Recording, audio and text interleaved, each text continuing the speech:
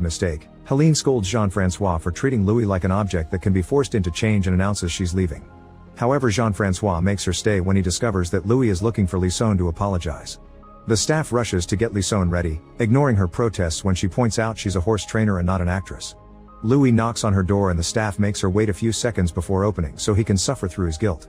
As soon as she goes out, Louis apologizes for the incident, and Lisson responds that him touching her means they must get married. Louis almost freaks out, but Lisson clarifies it was a joke and leaves. Seeing Louis being thoughtful on the screen, Christian announces the experiment is a success and even Helene is a bit impressed. During lunch, Christian and Jean-Francois explain to Helene their plan to make Louis fall in love with Isabeau so he can start a better life. Helene thinks they're idiots because Louis clearly likes Lisson, but her ideas are ignored. Sometime later, Sylvain drags Louis to a traditional festival in the forest.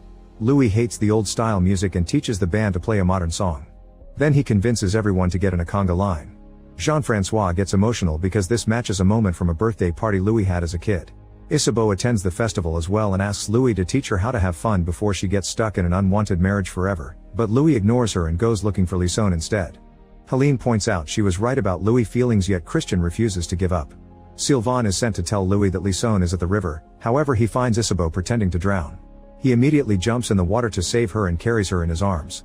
Isabeau keeps on trying to flirt with him, but Louis just drops her in her carriage and leaves. Christian begins freaking out over another failure, so Helene takes over the directing for now. By nighttime, Louis finally finds Lisson, who didn't attend the festival at all. Following Helene's instructions, Lisson tells Louis that she does believe his story about the future.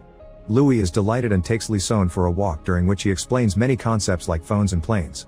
He even takes a bite from an apple to show her the logo he had on his phone, saying it was the company's coat of arms.